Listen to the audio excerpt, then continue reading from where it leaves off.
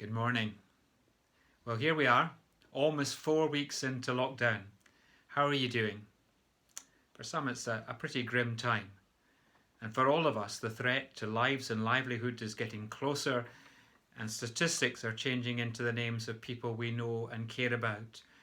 And our concern for those working at the front line remain unspoken but ever present. For others, their income stream has dried up, their savings are disappearing at an alarming rate, and they are dependent on food banks and on the meal provided daily for their children. It's not fun. But away from this real and present danger, some have settled quite well into their new normal, worked out new ways of living, planned their daily exercise outing, know the best time to go to their favoured shop when it is quietest to buy their essentials. No doubt they thank God that we're living at a time where technology comes to our aid. And with terrestrial TV, Netflix, Amazon Prime, iPlayer, the new Disney server and DVDs, there's plenty of material to act as chewing gum for the eyes. Perhaps also they've learned how to master Zoom and added that form of social media to all the others that are on offer, whether it's FaceTime or Skype, WhatsApp, Instagram, Twitter, or Facebook Live. And some may have rediscovered the old Scottish invention, the telephone. So while life for them is not as they would want it to be, and they hope it gets back to normal sooner rather than later, they can just keep on keeping on, one day at a time. For others, however, their house is very small, and there are too many people having to share it, and tensions are high and it's hard going. And it's that scenario that's given me a new insight into the passage, the lectionary passage for today, from John's Gospel, chapter 20, which tells about the events a week after Easter when Jesus made his second appearance to the disciples who were still behind locked doors. I don't think I'd ever thought before what it was like to live a whole week, 11 grown men of different personalities stuck together in a locked room. I wonder how they coped with the cooking and eating and washing and all the rest, and had no escape through TV or social media. No wonder the woman gave them a wide berth or prepared a meal, knocked on the door and went away quickly. If you read the story carefully, there was one added tension that made the situation more difficult to cope with. A week before, on the evening of Easter Day, Jesus had appeared to them. They'd been hiding behind locked doors because of fear of the religious authorities. If they'd taken Jesus, who was not to say they would soon not come looking for them. And then, in confirmation of all the stories that had been circulating that day of the grave being empty, of Jesus appearing to Mary in a garden, there was Jesus, and they saw for themselves and were overjoyed that he was alive. However, he had left as quickly as he had appeared, and they were left still uncertain what they should do. The threat of arrest was still real, and the talk of a resurrection surely infuriated further the religious leaders. So they maintained lockdown all week. I don't know what conditions they set themselves. Were they allowed out for a daily exercise period? Did someone go shopping for essentials? They knew enough to know that they had to be careful and keep their social distance from anyone who might recognise them. They just waited for what might happen next, and I'm sure they went over the events of Jesus' death and resurrection again and again, trying to make sense of the impossible. However, there was a complication, and his name was Thomas. We call him Doubting Thomas. He was a natural pessimist, though a true and courageous follower of Jesus. For some reason, he'd been absent the week before and had missed the encounter with Jesus. And when he returned and they told him all about it, he was sceptical and dug his heels in, dismissive of their claims. He took the line, "Seeing is believing."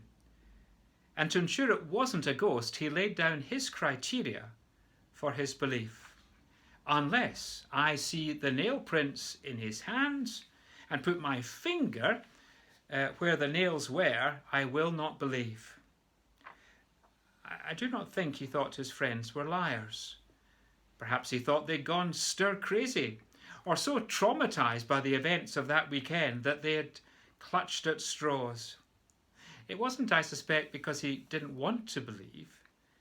It was because with all his heart he longed to believe, that he couldn't let himself do so. You see, he'd been on such an emotional roller coaster. He couldn't face having his heart broken a second time. So it was better to squash hope now rather than be hurt afresh later. But do you see how difficult that would have made conversation throughout that week? Thomas would have been the elephant in the corner. They couldn't talk openly without being aware of his body language, or perhaps even his arguments. They were probably at sixes and sevens, hoping, longing Jesus would appear again. I wonder if during this crisis you have found that there are things that you had not dared put into words. Hopes that you have about your family and friends staying fit and well, about lockdown restrictions being lifted, about normal life returning sooner rather than later. But to entertain and express them now might sow a seed of dissatisfaction into your current life and make a difficult situation worse. Then suddenly, a week later, Jesus appeared, repeating his earlier greeting, "Peace be with you." For Thomas needed to know now, as the disciples had discovered then, that Jesus had forgiven him for running away that fateful night when he was arrested. Jesus then took Thomas on. "You want proof? Here it is. Come on, touch and see. Stop doubting and believe." One of the impressive things about Thomas is his willingness to face facts. Weeks earlier, when Jesus was set on returning to Jerusalem and would not be dissuaded, Thomas had said, "Well, we better go and die with him." Sounds a bit like Eeyore to me. Now, when the impossible became possible, Thomas not only caught up, he went ahead of the others with his wonderful, unqualified affirmation of Jesus, "My Lord and my God." Jesus accepted this as a recognition that Thomas had got it wrong about him and about the other disciples. He had seen, and now he believed. That luxury would not be granted to many others. They would not see, but they would have to believe, as we all have to do, on the basis of the testimony of his followers. So as we hear the story and ministry of Jesus, as we hear about his death and resurrection, we too are called to believe and to live out that belief, whatever we are facing. You see, for them then, as for us now, they were living through a time where life was controlled by fear, anxiety, uncertainty, and a sense of powerlessness. Thomas knew, as did all the other disciples, that while these things remained and had to be faced, what a difference to know that Jesus was alive. To know that death did not have the last word, that God brought good out of evil and life out of death, and to know that Jesus had work for them to do. The danger was real. It had not gone away, and some would pay a high price on the front line. But they had a message to proclaim, a life to live, a love to show, a service to offer, a world to turn upside down. And all they needed was the Holy Spirit, and then they could get started. The countdown had begun, and Pentecost was only just over a month away. All 11 were signed up and ready to go. Thomas had had his doubts.